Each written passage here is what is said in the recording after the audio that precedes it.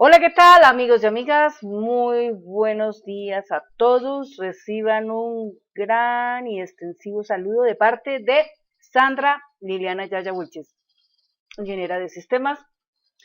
Y aquí a continuación estoy en este escenario empezando a hacer la emisión, desarrollo, conducción, locución y exponiéndoles a ustedes esta pequeña investigación. Como ustedes saben, existe en la internet extensos blogs, son cantidad de blogs que hay de todas las profesiones, pero como tal, lo que les traigo a continuación es una investigación que surge, ¿no?, de mi mente, que cuántas curiosidades pueden haber existido en el planteamiento de todas las constituciones que tiene Colombia, en la historia de Colombia, en la historia política de Colombia. Porque tal vez, pues muchas personas no tienen ni siquiera la más cercana idea de que eso existe o de que existió. Entonces, la razón de esta píldora número 007, que hace parte de este proyecto que yo inicié, denominado Creando nuestro perfil de presidente para Colombia 2022 hasta el 2026, es, es propiciar el escenario para entregarles en cada emisión a las personas que más les interese todo esto saberlo. Yo sé que en especial los que más les gusta saber esto son a los que están estudiando derecho. A mí personalmente me apasiona mucho el derecho. De hecho, me hubiera gustado alguna vez ser abogada, pero desafortunadamente mis caminos se fueron orientados a otro punto como es la ingeniería de sistemas, y pues yo tengo más ligas con la ingeniería de sistemas que con la parte del derecho, pero igualmente por mi expresión, mi dictividad y todo eso, pues algo todavía considero que tengo de la otra parte. Con el trabajo que yo empecé a realizar el año pasado con respecto a el tratamiento de la Constitución mmm, política nacional 1991 de Colombia. Eh, Hasta aquí llevamos aproximadamente 95 artículos más el preámbulo, o sea, 96 videos. En cada uno de los videos se hace una exposición muy mínima, muy corta, de 5 minutos, 10 minutos, 15 minutos por lo menos, de los artículos que tiene esa constitución, la constitución 1991. Pero bueno, como tal, el tema se ha ido empezando a crecer. Empecé a hacer exposición con respecto a las píldoras, esas píldoras que son la historia de Colombia, algo que debe estar permanentemente latente en los colombianos y las colombianas, que no se puede quedar atrás, porque es parte de nuestra fuente, de nuestro vivir, de nuestro sentir, de nuestra alma, de nuestro espíritu.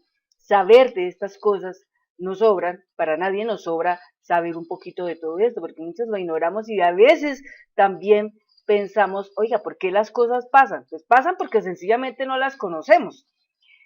Queremos tratar de sacar adelante un país como Colombia de ese alto grado de ignorancia, de ese alto grado de analfabetismo político que existe. Y para eso, pues obviamente, son muchos los periodistas independientes y sin frontera que están luchando en Colombia, perseguidos, asediados, vipelados, qué sé yo, por todas las cosas que decimos, pero estamos luchando, somos como esa cantidad de luchadores en la primera línea de la batalla, ya que no podemos salir a la calle para manifestarnos, para difundir nuestra inconformidad al gobierno que tenemos actualmente, ese gobierno de turno que nos tocó, ese gobierno que es inhumano, ese gobierno que es indolente, ese gobierno que es mentiroso, ese gobierno que es aduladero, ese gobierno que es tramposo, ese gobierno que en todo el momento se dio cuenta y dijo, aquí tenemos una partida de bobos, pendejos, idiotas útiles, que podemos aquí manejar al derecho y al revés, una cantidad de ignorantes, pero es que la ignorancia aquí no se pilla en función a la cuestión de profesiones. Aquí la ignorancia que ellos hablan, de la ignorancia que ellos hablan, no es de la ignorancia de pronto del hecho de, ay, no saben leer, no saben escribir, no piensan, no analizan, no investigan, no escudriñan, no buscan. No, esa no es la clase de ignorancia a la que ellos le ponen el ojo. La ignorancia a la que ella le ponen el ojo, que es grande, esa es la ignorancia política, a la ignorancia en cuanto al desconocer las cosas que en nuestra Colombia pasan y que tal vez la gente no le presta atención. Como no le presta atención, pues cualquier persona es un borrego en un gran rebaño. Todos vamos al mismo punto, ser usados, lastimosamente hasta secuestrados, prisioneros, quitándonos día a día nuestras libertades, cosas así por ese tipo. Pero las razones contundentes a todo esto es la pérdida de libertades. Por consecuencia de tener un alto grado de ignorancia en el plano político. Que de pronto la gente dice, ay, a mí no me hablen de política, que a mí eso no me gusta para nada. Como también pueden decir, ay, a mí no me hablen de religiones, que a mí eso no me gusta para nada.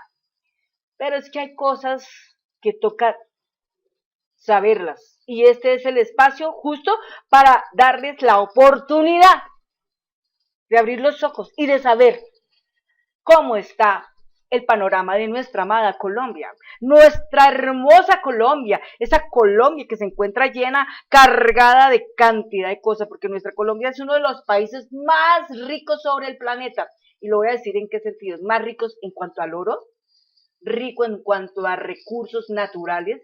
Por algo será que en otros países, otras personas con mucho billete le echan mucha mano al colombiano, le echan mucho mano a Colombia, porque sabe que Colombia es algo especial. Bueno, vamos a empezar entonces aquí con nuestro recuento. Aquí tenemos nosotros algo interesante para hoy que vamos a hablar, y se llama las curiosidades de las constituciones. La primera de ellas está referida en el número de constituciones nacionales. De pronto la gente dice, ah, no, son 7. Bueno, yo también pensaba que eran 7, pero resulta que no son 7, son 10 constituciones nacionales, que son 1811, está la de 1821, está la de 1830, está la de 1832, se encuentra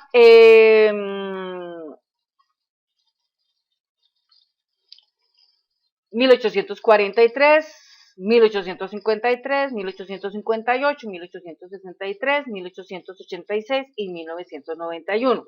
O sea, en total son 10 constituciones que ha tenido este país, ¿sí? Y por ende, pues también este país ha tenido diferentes nombres, porque no siempre se llamó Colombia, también se ha llamado Estados Unidos de Colombia, otra vez se llamaba el Virrey, la Nueva Granada, etcétera, como lo pudimos apreciar en los anteriores videos, en las anteriores píldoras, ¿sí? Porque nosotros estuvimos hablando de muchas cosas, estuvimos hablando de la época precolombina, hablamos de la época de la conquista, de la colonia, hablamos de la primera independencia, de la Gran Colombia, de la época republicana, ¿sí? De eso hablamos. Entonces fueron temitas interesantes, ahí donde pudimos conocer muchas cositas, muchas de ellas si las traemos a nuestro presente son muy similares, ¿sí? Hoy en día tenemos algo especial y es que vivimos, a mí me da risa porque hay gente que construye la siguiente situación, hay gente que dice, esperamos que nunca, nunca, nunca nos toque vivir en un país comunista, comunista. Pero la gente, si analizara de fondo el comunismo el comunismo es la representación, para mí, en este momento el comunismo es la representación de 3 palabras claves, que son miseria, hambre y muerte. Miseria, hambre y muerte.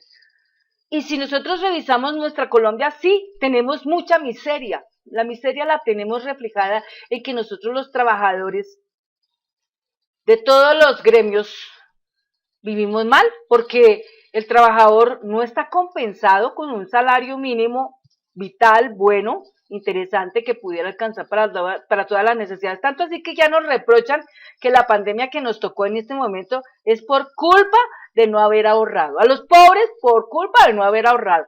Entonces, la razón es que, pues, ¿cómo vamos a ahorrar si somos un país donde vivimos una enorme miseria en todos los sentidos de la palabra? Miseria en la salud, miseria en la educación, miseria en el trabajo. ¿Cómo vamos a tener posibilidades de eso? Entonces tenemos miseria, tenemos hambre. ¿Por qué? Porque en este momento la Guajira sufre los niños de hambre. Por otro lado, el Cauca sufren los niños de hambre, los indígenas sufren de hambre. En la parte de lo que es el Chocó, terrible, allá también sufren de hambre. Por el lado del oriente, hacia la Arauca, hacia Bichada, por allá también sufren de hambre. Entonces, nuestro territorio colombiano en este momento, en muchas partes, sufre de hambre. Y la muerte, eso es el pan de cada día. Por eso estamos titulados con el mayor título en el mundo, en el planeta, como el país más corrupto. Nos ganamos ese título a raíz de nuestros políticos, a raíz de los políticos que los políticos de gobierno, los políticos que tenemos en este momento, aparte de los que han estado atrás, porque lamentablemente muchos de los políticos corruptos roban, saquean el erario público, son muy, muy hábiles para robar cuando se trata de eso, en materia de impuestos, de alguna cosa, se los roban, etcétera, pero ahí vamos, ahí vamos. Entonces, tenaz. Entonces, tenemos 10 constituciones, ya les dije, ¿no? 10 constituciones nacionales. Pero también este país tuvo un buen número de constituciones provinciales, ¿sí? Entonces,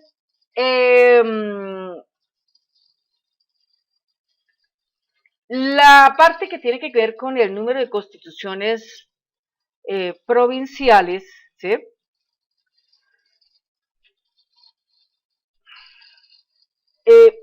Son 1853 a 1856, ¿sí? Rigieron en nuestro país más de 61 constituciones provinciales. Posteriormente a la Constitución de 1811. Esas constituciones provinciales fueron en Cartagena, en Tunja, en Antioquia, en Mariquita y en Neiva. Mariquita está metido en el Tolima, ¿no? Entonces, Cartagena, Tunja, Antioquia, Mariquita y Neiva. Con eso nos vamos dando cuenta que hay poblaciones muy antiguas, ¿no? Claro que hay otras mucho más antiguas que estas, porque en el Socorro, en San Gil, esas son mucho más antiguas. Bien, entonces hubieron 61 constituciones provinciales, ¿listo? Bueno, después contamos con la siguiente situación. ¿Cuál fue la constitución más corta de nuestra historia? La del año 1853, porque solamente constaba de 64 artículos, óigalo bien, 64 artículos, muy pequeña, ¿no es cierto? 1853, 64 artículos. Ahora, bien, vamos a otro punto. ¿Cuál es la constitución más larga de nuestra historia? La del año 91.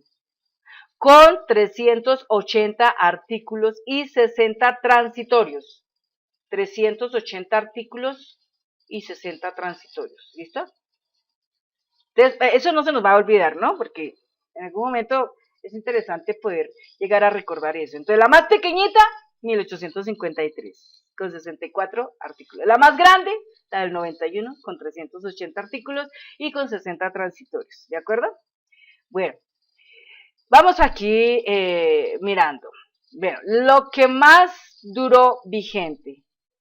La constitución que más tiempo duró, que podemos hablar de que fueron casi más de 100 años, fue la del 1886. ¿Listo? Esa fue la constitución que más ha durado, 1886.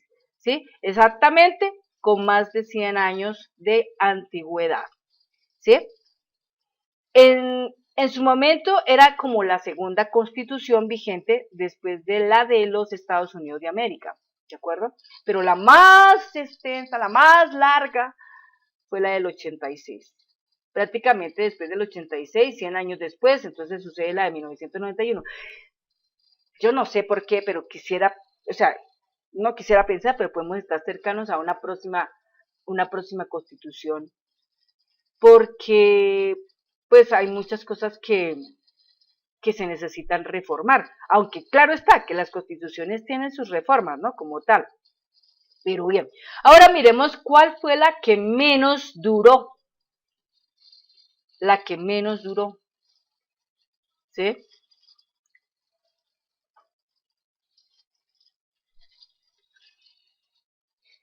Entonces, esa constitución que menos duró en la historia, precisamente, eh, fue la de 1830. Casi que nació muerta esa constitución, solamente fue expedida para el momento.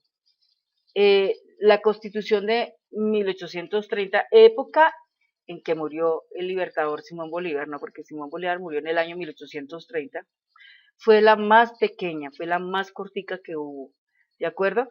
Ahora, en cuanto a,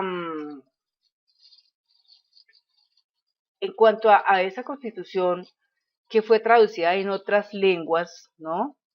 ¿Cuáles fueron? Entonces, las constituciones que fueron traducidas a otras lenguas fue la de 1886 y la de 1991, ¿no? Son las únicas que han sido traducidas oficialmente a otras lenguas, la de 1886 al inglés para los habitantes de San Andrés Islas y la de 1991 en todas las lenguas indígenas, en todas las lenguas indígenas, porque ustedes bien saben, nuestro país tiene etnias, ¿no? Entonces, a raíz de eso, pues la constitución es interesante porque, pues, los indígenas por lo menos saben que tienen una constitución y pues a cada uno de ellos tenía que llegar, entonces tenía que ser traducida en diferentes lenguas indígenas, ¿de acuerdo? Entonces, esa ha sido las dos que más traducciones ha tenido. Entonces, la de 1886, la de 1991, ¿de acuerdo? De la del 86 al inglés, por la cuestión de las islas de San Andrés, y la de 1991 por cuestión de las etnias indígenas. Bueno, sigamos. Requisitos para votar.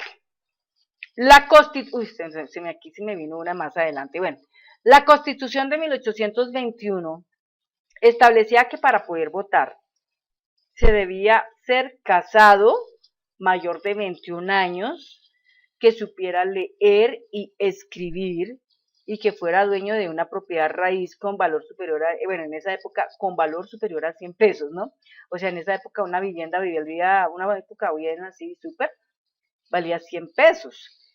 Y ejercer una profesión en clase de jornalero o sirviente, o sea, jornalero, o sea, alguien que está trabajando sobre la tierra, o sirviente, alguien que está en una casa como sirviente. Es decir, esas eran las pautas que debían existir para el requisito para votar. Esto entiende uno que minoriza enormemente la población, ¿no? Porque no todos leían, no todos escribían, bueno, aparte de eso, no todos eran mayores de 21 años y no todos eran casados y no todos tenían propiedad de 100 pesos y no todos eran jornaleros o sirvientes, ¿ve? Entonces, un número muy altamente reducido para elegir sus gobernantes, ¿sí? Por eso es que vamos mirando que la Constitución en todos sus tiempos cambió en muchas cosas, ¿no? Y por eso es bueno analizarla a detalle. Bueno, viene la parte siguiente. Obligación constitucional de negociado de paz. De negociado de paz. La Constitución de 1821, ¿sí?, establecía que el Congreso tenía como función requerir al Poder Ejecutivo para que negocie la paz. Es el artículo 17, ¿no? Entonces, si nos damos cuenta, desde la época de 1821, desde esa Constitución, se habla de la negociación de paz. Mire que la negociación de paz no se habla solamente desde estos tiempos, no se habla solamente en el tiempo de Juan Manuel Santos, no se habla en el tiempo de Iván Duque Márquez, ¿no? No se habla en el tiempo de Álvaro Uribe Vélez, o en el tiempo de Andrés Pastrana, ¿sí?, o en el tiempo de Virgilio Barco, o en el tiempo de Belisario Betancur, no, en el tiempo de Guillermo León Valencia, o Laureano Gómez, qué sé yo, bueno, en fin, no se habla en estos tiempos. Mire dónde viene hablándose de la negociación de la paz, desde el 1821, desde allá se viene hablando de la negociación de la paz, es decir, estamos negociando esa hermosa paz que todo el mundo anhela desde por allá de esa época, desde el 1821. Y a esta época todavía estamos crudos porque a este momento hicimos un acuerdo de paz en el 2016. Y en vez de paz, ¿cuál paz? Si todos los días hay muertes de líderes sociales y lideresas sociales, ¿sí? Entonces, el tema es que la negociación de paz se vio como una cosa, ¿cómo se puede decir? Es como un mito, ¿no es cierto? Es un mito, es un paradigma. Todos intentamos llegar a la negociación de la paz, pero esto es como igual que los monos que están todos alrededor de un palo con un coco, ¿no es cierto? Y el que intenta ir a coger el coco, entonces todos los otros le van a pegar al monito que está intentando coger el coco, porque no quieren que ese monito coja el coco, ¿no es cierto? Ese coco es la misma paz. Es decir, esto quiere decir, la situación es que en Colombia la paz que todos anhelamos se volvió un paradigma. Un paradigma, ¿por qué? Porque todos intentamos alcanzarla, todos intentamos de una y otra forma alcanzarla, pero siempre habrá algo que nos frene poder tener esa paz.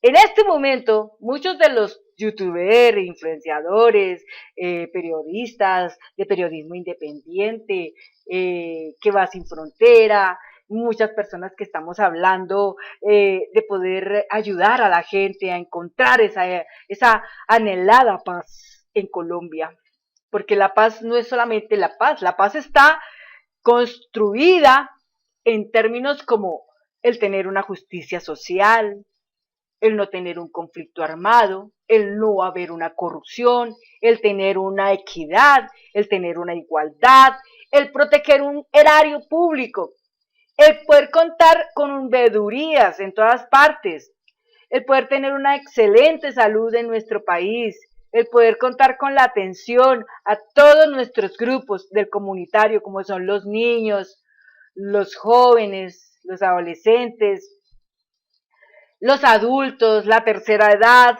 ¿sí? El poder tener la libertad de la expresión, ¿sí? El hecho de que las personas también cuando van a votar tengan ese conocimiento presente de quiénes son las personas que deben ocupar esos cargos en el Estado, que van a ser los que de turno van a gobernar en nuestro país. Recordemos que cuando uno va a votar, tú estás eligiendo la persona que va a ser el ejecutivo, el legislativo, el que va a hacer las leyes, y el judicial, el que las va a controlar, la parte de la justicia, ¿de acuerdo? Entonces, vamos mirando que nuestra negociación de la paz se ha vuelto un paradigma, se ha vuelto una situación que, bueno, entre todos construimos para llegar a tener esa anhelada paz, pero siempre existirá algo o alguien que no quiere esa paz, y ese que no quiere la paz es el que ataca, porque ese que ataca es el que quiere solamente la guerra. No quiere paz, porque la paz para esa persona que quiere la guerra le representa esa paz. Para esa persona o ese grupo le representa una enorme pérdida de muchas cosas, ¿no? Pérdida de muchas cosas. Entonces, una de las principales es no busquemos que nuestro país Colombia sea educado. No busquemos que nuestro país tenga educación. Frenémosles todos los intentos para tener educación. Frenémoslo todo.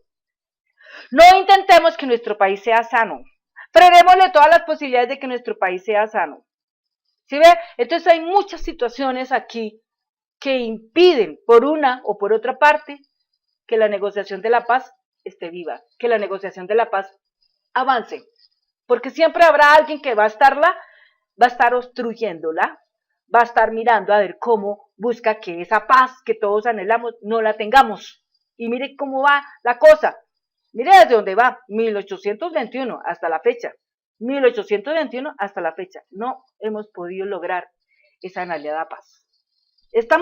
Podríamos decir que estamos a un pelo, pero todavía falta mucho que trabajar, mucho que decir, mucho que hacer para conseguir esa paz anhelada.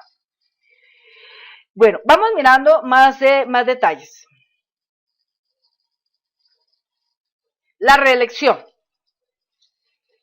Cuando hablamos de la reelección, viene lo siguiente. La Constitución de 1821 prohibía una tercera reelección, que fue la que intentó hacer Álvaro Uribe Vélez. Álvaro Uribe Vélez intentó hacer una tercera reelección. Él tuvo 2 periodos para gobernar e intentó uno tercero, pero se lo impidió la Corte Constitucional. ¿Sí? Entonces, prohibía una tercera reelección presidencial sin un periodo intermedio, artículo 107 de la 1821. Según el artículo 83 de la Constitución de 1830, que fue la más cortica, que fue casi muerta, el presidente tenía un plazo de 8 años, permitiéndose su reelección con un periodo de intermedio. Bueno, la Constitución de 1832 prohibía la reelección hasta pasado un periodo, artículo 113. El artículo 75 de la Constitución de 1863 prohibía de manera tajante la reelección presidencial. La de 1863 fue la Constitución que prohibía esa reelección tajantemente, es decir, el presidente tuvo cuatro años para marcar su gobierno y lo que pudo intentar hacer. Y venía uno nuevo, venía con diferentes ideas, con otras cosas. Entonces, pues no existía como esa continuidad, ¿correcto?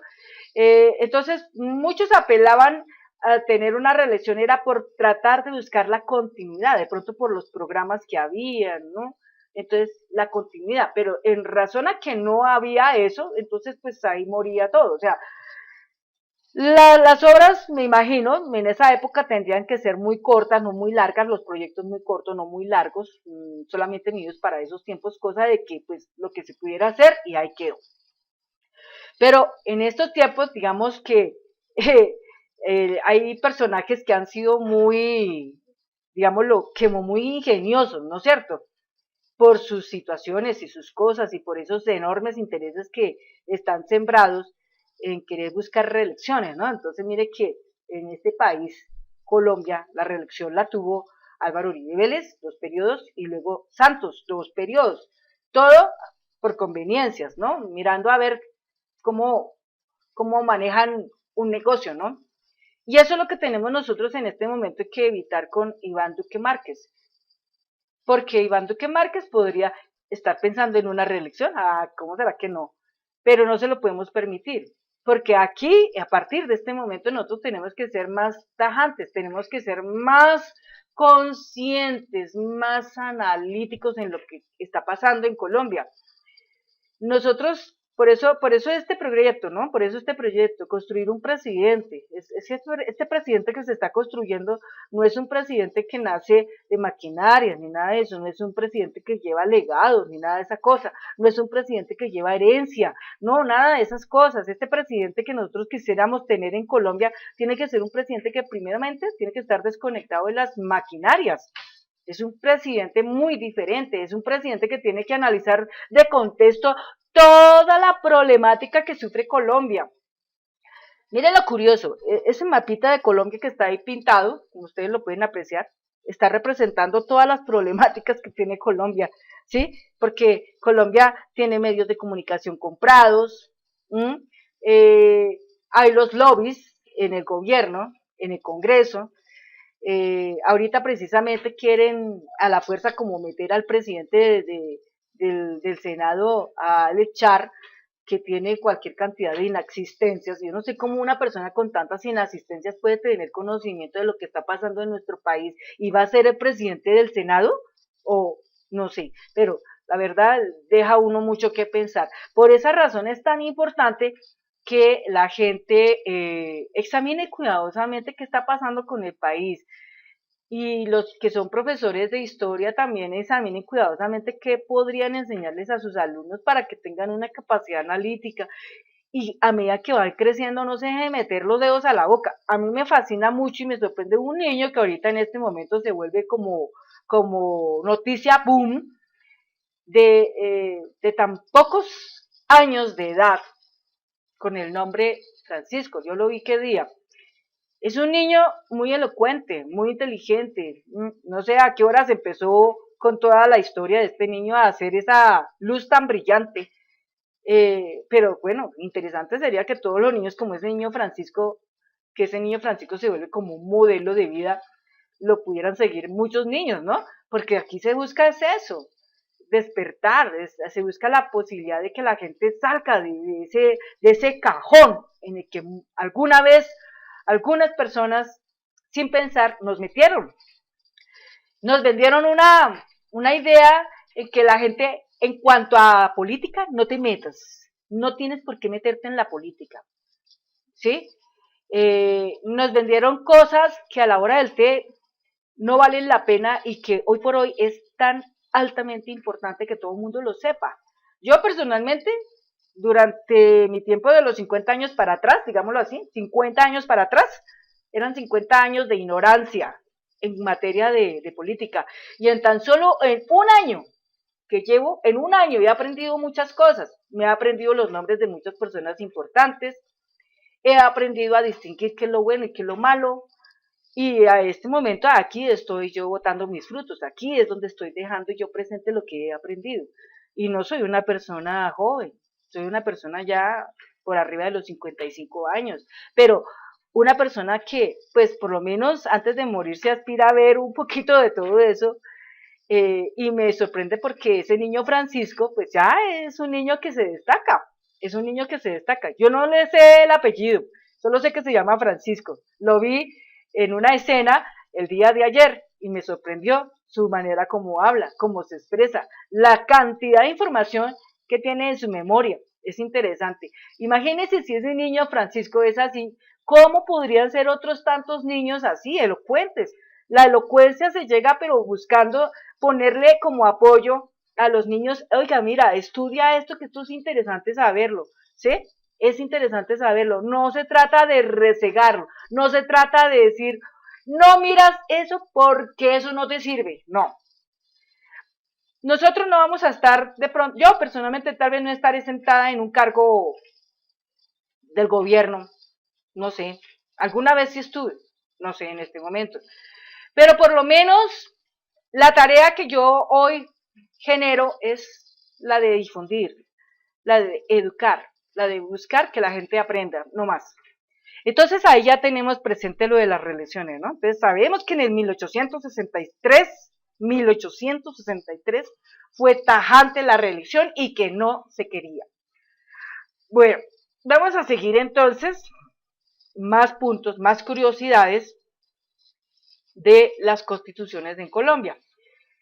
Vamos con esas tales facultades curiosas del presidente.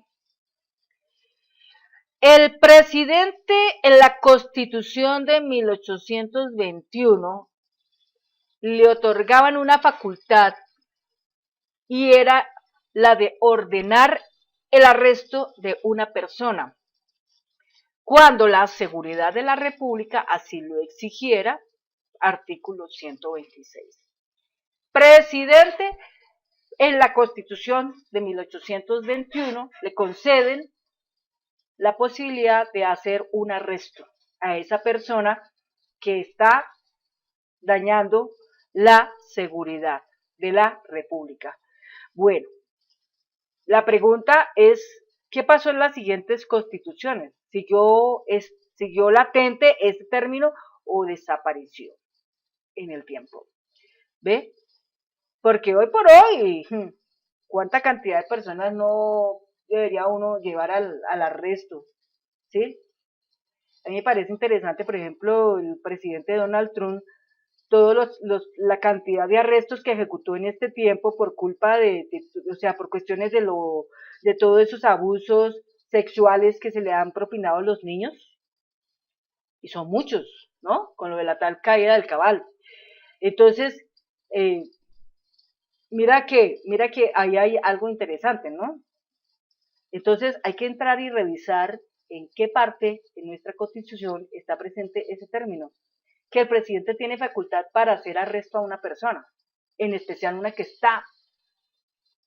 está como Canadá generando la explosión, ¿sí?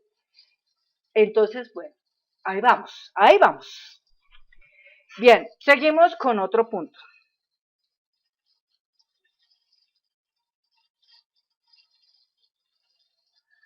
Cláusula constitucional de incomunicación de prisioneros. La Constitución de 1821 establecía la cláusula de incomunicación a los prisioneros que permitía, como su nombre lo dice, incomunicar al preso. Ese era el artículo 163, artículo 163 de esa Constitución. Entonces, incomunicar a un preso era, ni la familia lo puede mirar. Bah, así que pueden hacer cualquier cantidad de cosas con ese prisionero, porque si no hay una, una comunicación abierta para pues ni modo. Eso era en el 1821. O sea, se da uno cuenta que en 1821 era una constitución siempre más como muy altamente totalitarista, ¿sí? Bueno, sigamos mirando. Prohibición constitucional de cultos. Ay, se me fue otra más. Prohibición constitucional de cultos. Según el artículo 7 de la Constitución de 1830, recordemos que fue la que menos duró, estaban prohibidos todos los cultos que no fueran de la religión católica. Es decir, si no es de la religión católica, no se daba pauta para eso. Hoy por hoy, mire, la Constitución de 1991 le da la posibilidad de haber más cultos aparte de la católica. Y eso es algo que los pastores evangélicos tienen que agradecer enormemente a los constituyentes de 1991. Entre ellos está Gustavo Francisco Petru Rego, ¿sí? Que es uno de los que más atacan, pero no se dan cuenta que ese que tanto atacan, ese estuvo ahí latente mirando, hombre, démosle más vía a otros cultos, ¿no? No solamente la católica. Entonces, hay que revisar que en la Constitución de 1830, que fue la que menos duró, se prohibió que otros cultos diferentes a la católica estuvieran.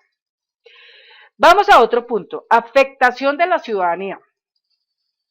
Según el artículo 16 de la Constitución de 1830, el goce de los derechos de ciudadano se suspendía por la condición de sirviente doméstico, por la declaración de vago, por ser ebrio de costumbre y por deudor. Vea, pues tenemos tres cosas aquí interesantes. 1830. O sea, usted no es ciudadano si era sirviente. No era ciudadano si era ebrio, o sea, traguito. Y tampoco era ciudadano si tenía deudas. Uy, tenaz, ¿no? Por eso será que no duró. 1830 no duró porque no había participación para los sirvientes, ni para los ebrios, ni para los que están enormemente endeudados, imagínense. Terrible. Por eso es que uno analiza que las constituciones tuvieron que entrar a reformar porque había muchas cosas que tal vez el que las hizo fue una persona que, ay Dios mío, el que la hizo, entonces nunca fue sirviente. El que la hizo nunca tomaba trago y el que la hizo nunca se endeudó. ¿Mm? Bueno, pero muy interesante saber todas estas cosas. Vea pues. Bueno, vamos a otro punto.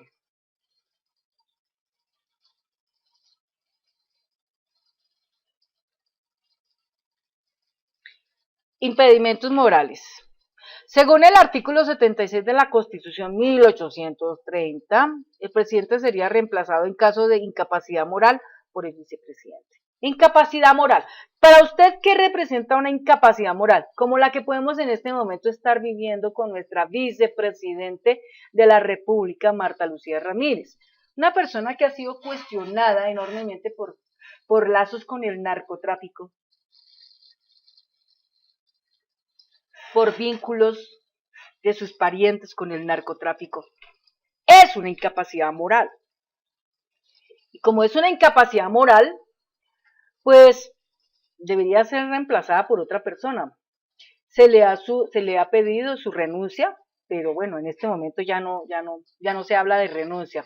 Pero la señora sigue combatiendo en contra de los pobres. Sale con palabras como ha tenido, que el pobre no pudo ahorrar porque no tiene, ¿de dónde tiene el pobre para ahorrar? No, su salario mínimo no alcanza para mucho. Pero bueno, entonces des en cuenta que hay impedimentos morales en 1830, en esa constitución, ¿no es cierto? Entonces, esos impedimentos morales eran esos, ¿sí? La incapacidad moral. Entonces, si un presidente tiene incapacidad moral, y en este momento, mira que hay un cuadro muy cercano a este concepto de la incapacidad moral. ¿Cuál moral puede tener un presidente que toda su campaña política fue financiada por dineros del narcotráfico? Que su campaña presidencial fue alimentada con dineros de extranjeros y más especialmente de Venezuela, Osvaldo Cisneros, que compró votos en La Guajira, en El Cesar, en Santander, bueno, y vaya a saber en dónde más pudo comprar votos, pero compró votos, no uno, ni dos, ni 1 millón, pues tal vez 2 millones, y está siendo en este instante por todas estas razones cuestionado. Entonces mire que hay un cuestionamiento elevado y esto representa una incapacidad moral para gobernar. Pero lo más triste es que sí, el presidente de la República, Iván Duque Márquez, cuestionado por estas situaciones, ¿no es cierto?, que dejan abierto una incapacidad moral, y va a ser sucedido por su vicepresidente, que es otro incapacitado moralmente. Oh, Dios mío, entonces, ¿qué nos queda después detrás de todas esas dos cosas? Presidente y vicepresidente, incapacitados moralmente, porque tanto el uno como el otro tienen rabo de paja largo. ¿Qué nos queda detrás de todo eso? Esas son cuestiones que tenemos nosotros que mirar y revisar. Impresionante. Es que si uno no sabe las cosas de todo esto, la verdad, por Dios, que a uno se la pasan, mejor dicho, en blanco. Ahora sí van entendiendo por qué uno cuando va a votar no puede ir a votar por 50,000 pesitos, ni por 200,000 pesitos, ni por 500,000 pesitos, ni por una teja, ni por un tamal, ni un ladrillo siquiera, ni siquiera por un trabajo en el gobierno. Por nada de esas cosas, porque se entiende que todo tiene que llegar por meritocracia. ¿Ve? Entonces hay un tráfico enorme de influencias por todos lados. Por eso es que nuestro país Colombia en 200 años que lleva existente no crece, no puede intentar llegar a ser como una potencia mundial, no puede intentar ser algo buenísimo en otros países, ser catalogado como uno de los mejores países, no puede ser. ¿Por qué? Por todo este flagelo. Es que esto es como una enfermedad que se registra no desde ahora, sino desde muchos años atrás. Y esto, mejor dicho, esto es un cáncer, ¿no? Y el cáncer ya tiene por todos lados tiene brote. Y por todos lados se pela, pero no, por aquí ni por allá.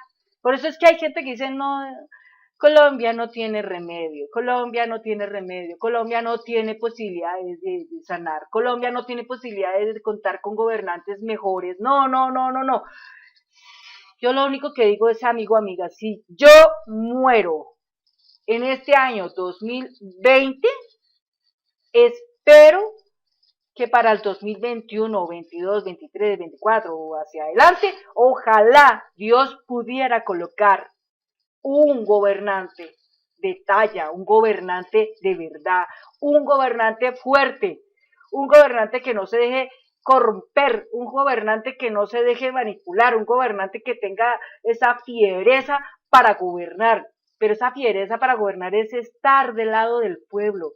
Si nosotros estamos del lado del pueblo, el pueblo crece, porque son 50 millones de habitantes. Si todos como campanitas vamos trabajando juiciosamente para lo que queremos, recogemos impuestos y los ubicamos en los proyectos, construir hospitales. Al construir hospitales le damos vía de trabajo a la gente. Construir universidades, le damos vía de trabajo a la gente. Construir empresas, fábricas para producir cosas, no estar importando, sino al contrario, hacer para exportar, no para importar, ¿sí? Si vamos y mandamos una cantidad de gente a los campos, pero muchísima cantidad de gente a los campos, porque los campos están abandonados en este momento, muchas tierras en este momento es triste, las personas que nos gusta el senderismo, que nos gusta ir a la montaña, nos damos cuenta de esa tristeza, nos damos cuenta de que son muchos, pero muchos terrenos abandonados, mucha tierrita ya de color verde, pero ni siquiera la mata de un frijol, ni siquiera la mata de una alberja, ni siquiera la mata de un trigo, ni siquiera la mata de un maíz, nada, ni de papa siquiera, nada. ¿Por qué? Porque tenemos en nuestro gobierno, ¿cómo se puede decir? Encallado, sembrado, personajes que lastimosamente no permiten que las tierras se utilicen para algo diferente, que las tierras se utilicen para sembrar tomate, para sembrar cebolla, para sembrar ajo, para sembrar arroz, para sembrar mango, para sembrar manzanas, para sembrar peras, para sembrar fresas, qué sé yo, tanta cosa. No se permite. ¿Por qué? Porque esa gente tiene la mente cerrada, son egoístas, no permiten que el país crezca, quieren el país que este sea solamente el país de 4 personas, quieren que este país solamente sea la propiedad de 50 personas y el resto, ¿qué somos entonces el resto nosotros? ¿Esclavos? ¿Eso somos nosotros? ¿Esclavos? Es ahí donde tenemos que trabajar mucho. Lo que dijo un día y lo cuestionó el senador Gustavo Bolívar. Ellos son funcionarios públicos, son como nuestros empleados, nosotros el pueblo somos su jefe. Ellos simplemente van a trabajar para mejorar este país, pero eso no está sucediendo, o ustedes lo ven. ¿Ustedes lo ven que está sucediendo? No, no es cierto. Y seguro que por las palabras que yo diga, ¡ay!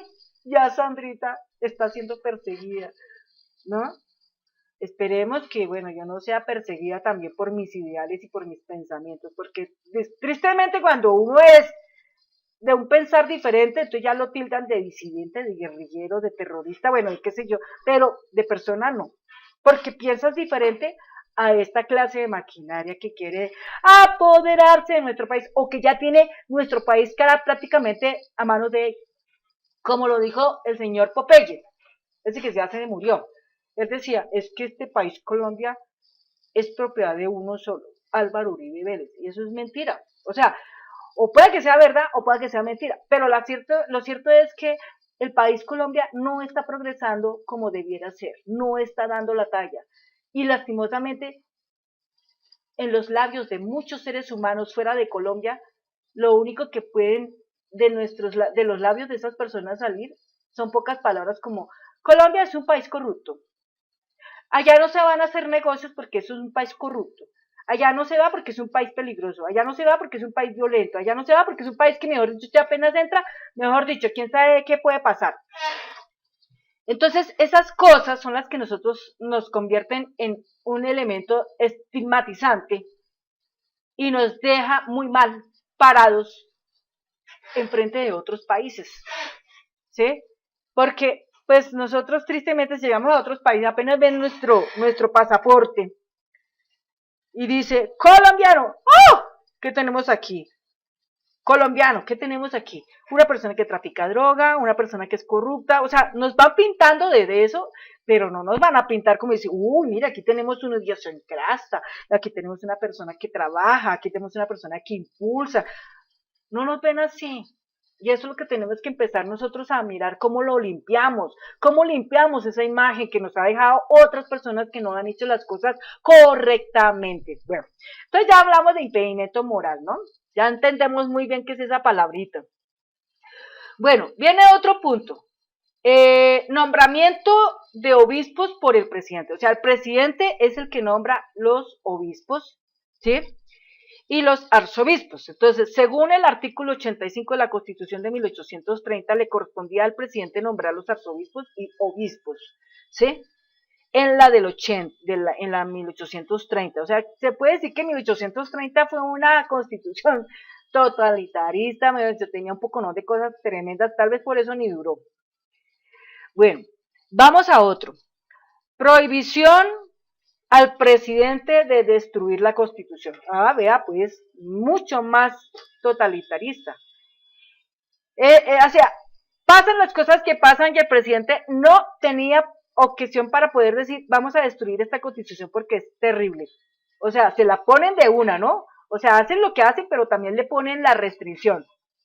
Entonces, ¿dónde sucede eso? Esa prohibición al presidente de destruir la Constitución. Según el artículo 87 de la Constitución de 1830, el presidente era responsable en caso de cualesquiera maquinaciones para destruir la Constitución de la República o la forma de gobierno establecida por ella. Se cita al texto original. Bueno, o sea que prohibición al presidente de destruir esa Constitución. Prohibido de destruir la Constitución de 1830. Y si es así, entonces, ¿cómo llegaron a la de 1832? Tuvo que haber algo muy terrible para que llegaran a la de 1832. Bueno, sigamos. Facultad presidencial de interrogar. O sea, el presidente tomaba facultades como en estos tiempos que es la Fiscalía General de la Nación. Interrogar. La Constitución de 1832, aquí ya pasa, a 1832, permitía al presidente de la República interrogar a los indicados o indiciados en los crímenes. Entonces, si habían personas, el mismo presidente tenía esa facultad de interrogar, ¿sí? Entonces, cuando nos referimos a interrogar, entonces queremos decir que había una persona de alto peso que tenía esa facultad para poderlo hacer. Bueno. Entonces, 1832, ya el presidente tiene facultad para interrogar, ¿no es cierto? O sea, que en cierta manera, el hecho es que al pasar a la 32, entonces tuvo que haber una destrucción, ¿no?, de la anterior Constitución, y tuvo que haber para eso algo tenaz que lo provocó. Está otro punto, que es, en este caso, las áreas no pobladas. ¿Qué pasaba con las áreas no pobladas? Aquí en Colombia hoy en día hay áreas que no están pobladas, ¿no? ¿Qué pasaba en ese tiempo? La Constitución de 1853 establecía que en La Guajira, en el Caquetá y en otras áreas no pobladas se podría establecer por ley una organización especial, ¿sí? No están poblados, o sea, en ese entonces La Guajira no estaba poblada, el Caquetá tampoco. Entonces se establecía una ley con una organización especial. Bueno, vamos mirando más aquí.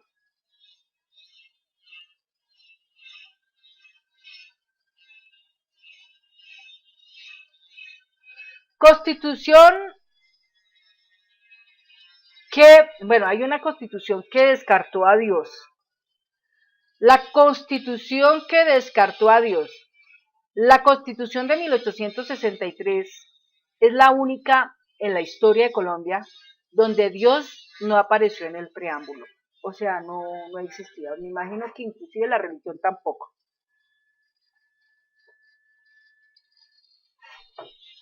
Hay otra, Estados Unidos de Colombia. Esto va a 1863. La Constitución estableció que nuestro país se debería de llamar Estados Unidos de Colombia.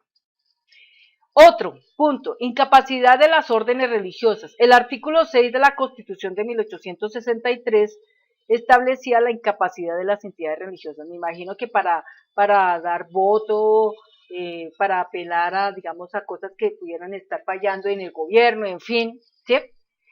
Y después viene la Constitución más reformada de la historia. La Constitución más reformada de la historia fue la del año 1886. Tuvo cerca de 68 ocasiones y además siendo la más larga de la historia. 68 y siendo la más larga de la historia, ¿no?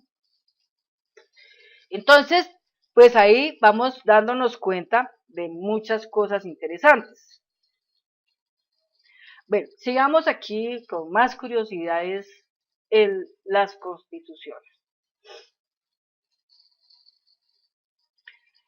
Constitución donde los ciudadanos eran solo hombres. Bueno, ahí me fue otra.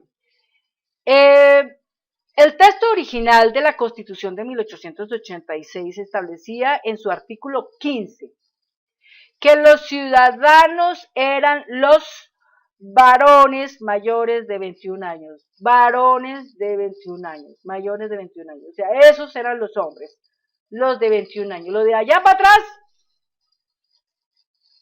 ¿qué tendría de nombre? No sé, hombres, ni siquiera mujeres, solo hombres. Entonces, ahí está el detalle, vean, otra constitución, aquella que se fue en contra del alcoholismo.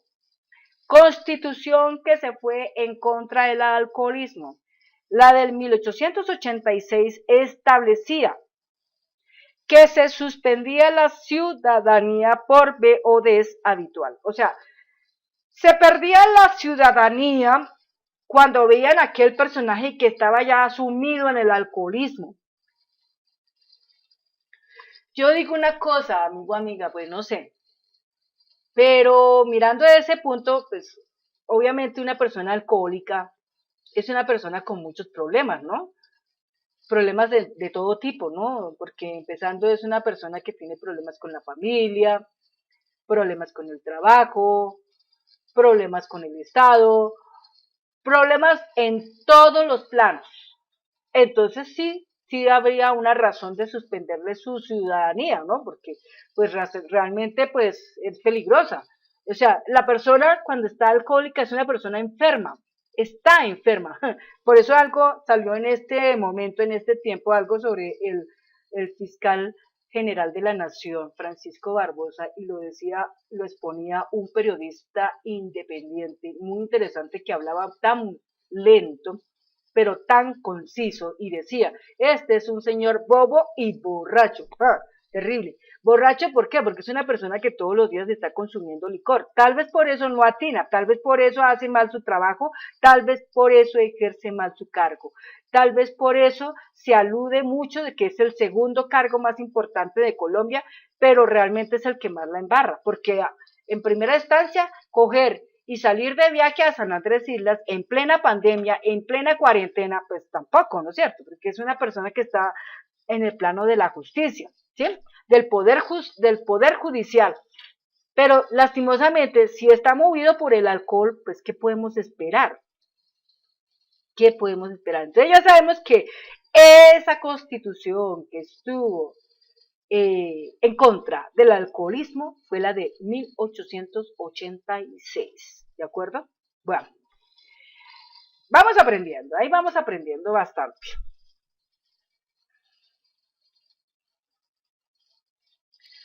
Bueno, se me fue una y tal vez se me fue otra. La constitución más mamagallista es la que tenemos actualmente, ¿sí? La que tenemos actualmente, la constitución más mamagallista que ha habido hasta el momento, y vamos a explicar por qué es tan mamagallista.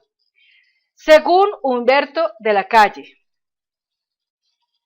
al solicitarle ayuda a Gabriel García Márquez para la redacción de algunos artículos de la Constitución de 1991, respecto al artículo sobre la licencia de maternidad, el Nobel corrigió el proyecto del gobierno que decía, la ley podrá extenderla a los padres, argumentando que era necesario el uso del singular, o sea, mujer, para evitar el chiste obvio relacionado con la concurrencia de diversos padres en una sola gestación, y manifestó lo peor que le puede pasar a una constitución es que le mamen gallo.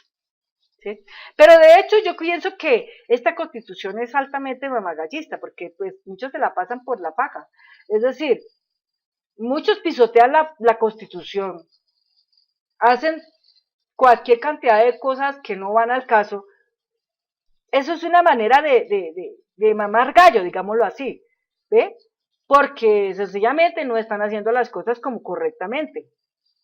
Pero bien, ya sabemos cuál es la constitución más mamagallista, ¿no? La de 1991. Reformas curiosamente inconclusas. ¿Cuál es la que tiene más reformas inconclusas? Seguimos jugando con la del 1991. Dice así, el artículo 322 de nuestra Constitución de 1991, que por cierto son 380 artículos y 60 transitorios, dice así, el artículo 322 de la actual Constitución fue reformado una vez para cambiar el nombre de la capital de la República, de Santa Fe de Bogotá a Bogotá. Sin embargo, en dicha reforma omitieron cambiar el artículo 324, por lo que actualmente hay dos nombres distintos de capital en la Constitución. Entonces, en el 322 dice Bogotá y en el 324 dice Santa Fe de Bogotá. Entonces, inconclusa. ¿Cuál es la reforma que tiene más cosas inconclusas? La 1991. Bueno, sigamos mirando.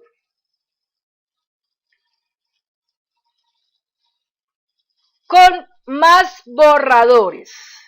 Constitución con más borradores, podemos decir que es la del 1991. Ocuparon más de 40.000 páginas, se presentaron 152 proyectos de reforma, 152 proyectos de reforma, más de 40.000 páginas.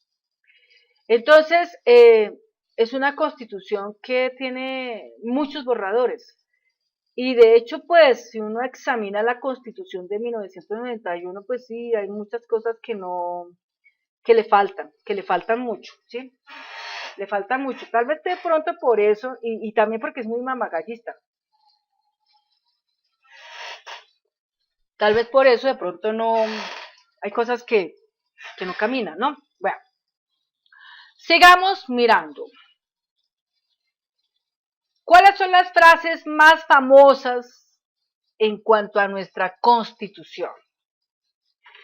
En especial la de 1991. Se dice que cuando se le consultó a René Higuita, ¿quién es René Higuita? El arquero, un arquero de fútbol, ¿no?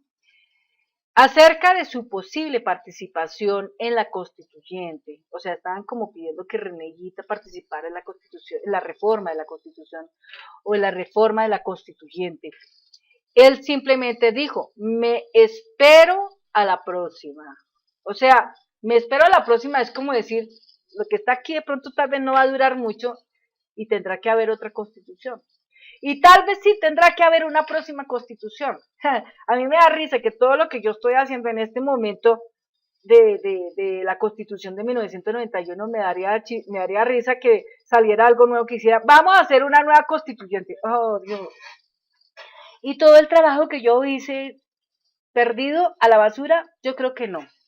Hará parte de la historia, pero por lo menos fue un excelente ejercicio poder haberla hecho porque por lo menos la entendimos, por lo menos supimos de qué se trata.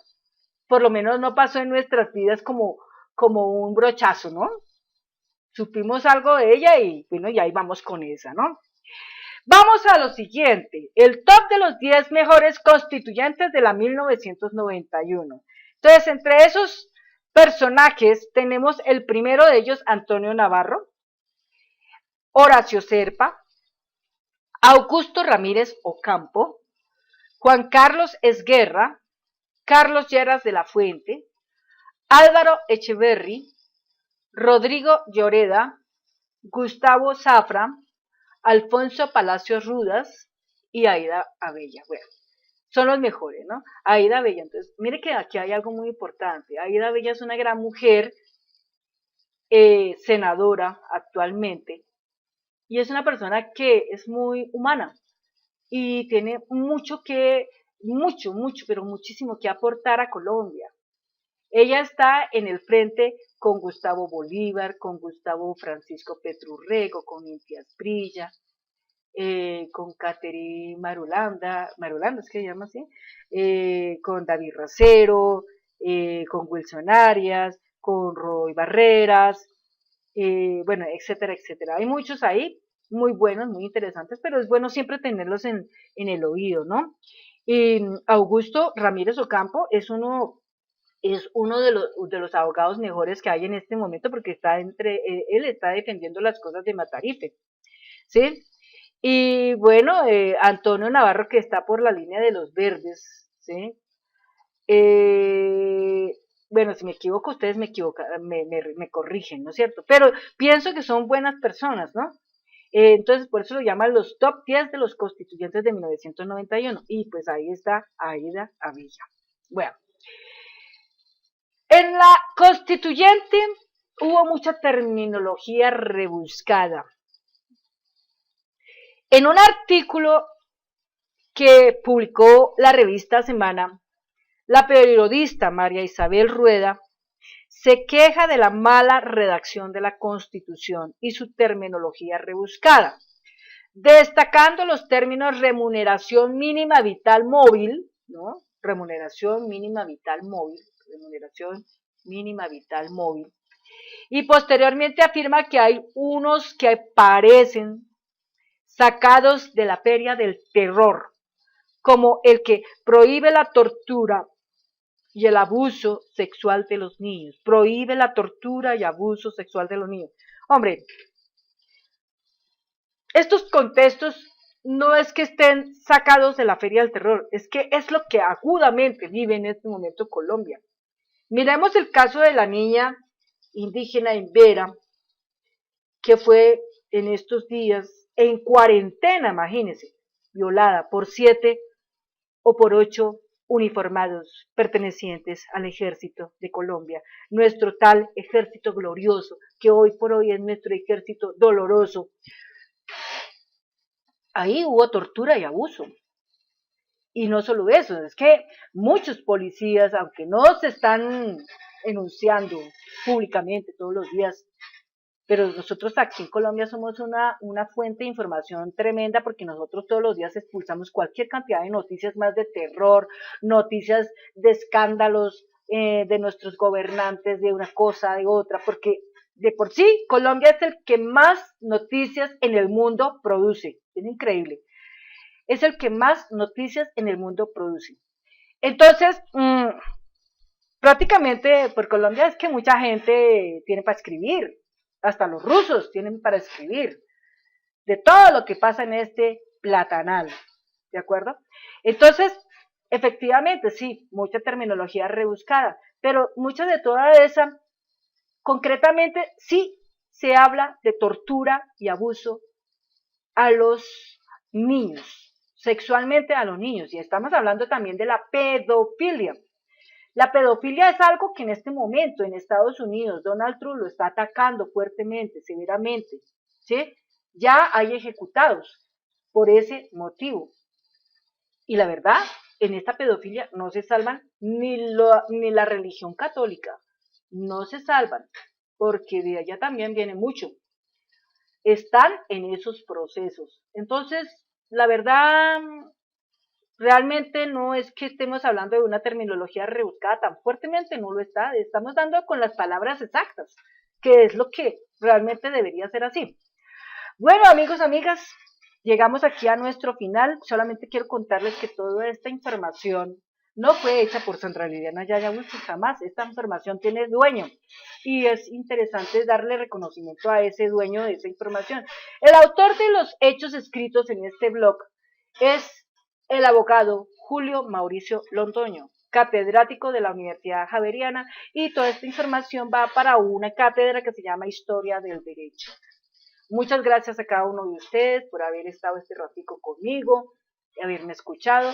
Dispensen si les quité un retico de su tiempo tan apreciable, pero muchas de todas estas cosas vale la pena escucharlas, vale la pena conocerlas, que no se nos pase inadvertido todas estas situaciones, porque es bueno saber qué pasó, es bueno tenerlas presentes para el futuro de nuestra amada y hermosa Colombia, que pues esperamos que esté liberada de esas cadenas que son como un yugo, de esas cadenas que ponen a la gente presa en su pensamiento y le roba su libertad, esa libertad de expresarse con amor, con espíritu, con esa pasión, con ese ánimo y esa motivación para decir lo que siente y lo que desea en este momento, que pudiera pasar algo bueno en Colombia.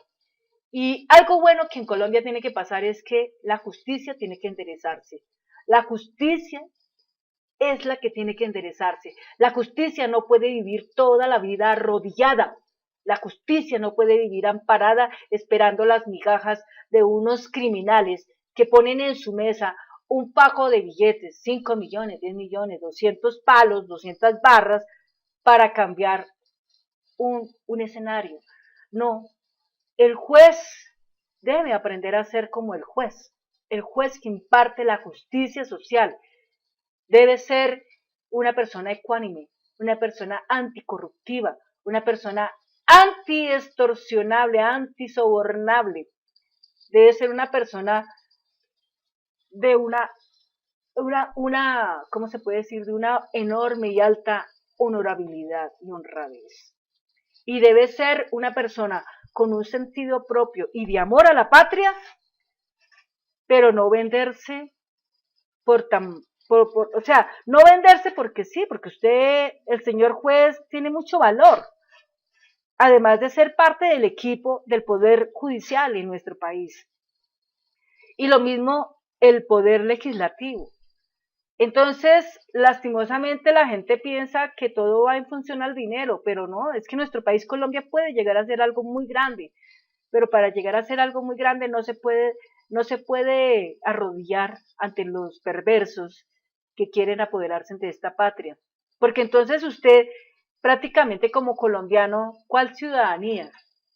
Usted como colombiano estaría prácticamente bajo el suelo de un país donde usted vive como alquilado. Usted supuestamente dice que tiene una propiedad en Colombia, pero usted vive como un alquilado, ¿ve? Y no es así. Si usted tiene una propiedad en Colombia, tiene un pedacito de su territorio, tiene un pedacito de Colombia, y por ese pedacito de Colombia que usted tiene en su poder y que le otorga propiedad absoluta, defiéndalo, defiéndalo. Y lo más importante, aprenda a votar. Eso es lo más importante, aprender a votar. El voto es el oro. El voto no es cualquier cosa. El voto es algo que para que usted decida ir a la urna a votar, tiene que usted conocer profundamente lo que le pasa a este país para poder decir, este voto lo pongo aquí porque esta persona que quiero confiarle mi voto lo merece, porque esta persona va a hacer mucho en mi país, va a hacer mucho y me va a ayudar a mí, ¿ve? Y no se trata de uno, son muchos, pero muchos. Somos 50 millones de habitantes en Colombia que tenemos que forzosamente aprender a poder colocar el destino de nuestras vidas en esos gobernantes de turno que tienen que saber hacer las cosas bien. Bueno, amigos, amigas, no es más, me retiro ya y hasta pronto. Dios los guarde, los bendiga y les prospere el resto de este día bien, súper chévere, y nos veremos en un próximo video. Hablaré de cosas interesantes ya concretamente sobre lo que pasó en cada constitución, lo que pasó en las 10 constituciones prácticamente. Entonces sucederán 10 videos después de 10 videos donde hablaré muy puntualmente de cada una, en detalle de cada una. Y así vamos caminando en este punto. Muchas gracias y que tengan un buen día. Hasta pronto.